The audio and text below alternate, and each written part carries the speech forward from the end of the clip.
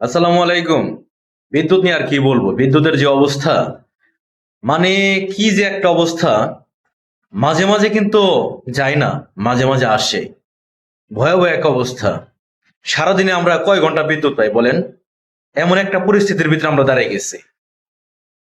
আর বিদ্যুৎ বিলের কথা কি বলবো, যেমন আমার গ্রামের বাড়ির কথাই বলি, প্রতি মাসে 450-500 টাকা, সর্বোচ্চ 550 টাকা বিদ্যুৎ বিল আসতো। আর এখন 750, 800, 900, 950 এরকম বিদ্যুৎ বিল আসে। আর যদি কন্টিনিউ বিদ্যুৎ থাকে তাহলে তো মনে হয় আল্লাহ মাহবুব জানে 1000, 1200 বা 1500 আসারই কথা। তো কি বলবো, আর যারা উপর মহলে আছেন তারা তো, তাদের কথা আর বলে লাভ নাই। আসলে সত্যি কথা বলতে দেশের মা বাপ নাই, দেখার মতো কেউ নাই। আমরা সাধারণ জনগণ আছি খুব বিপদে। তারপরে বলে যদি কেউ দেখার মতো থাকেন, দয়া করে একটু আমাদের মতো সাধারণ জনগণের দিকে একটু তাকায়, একটু দেখেন।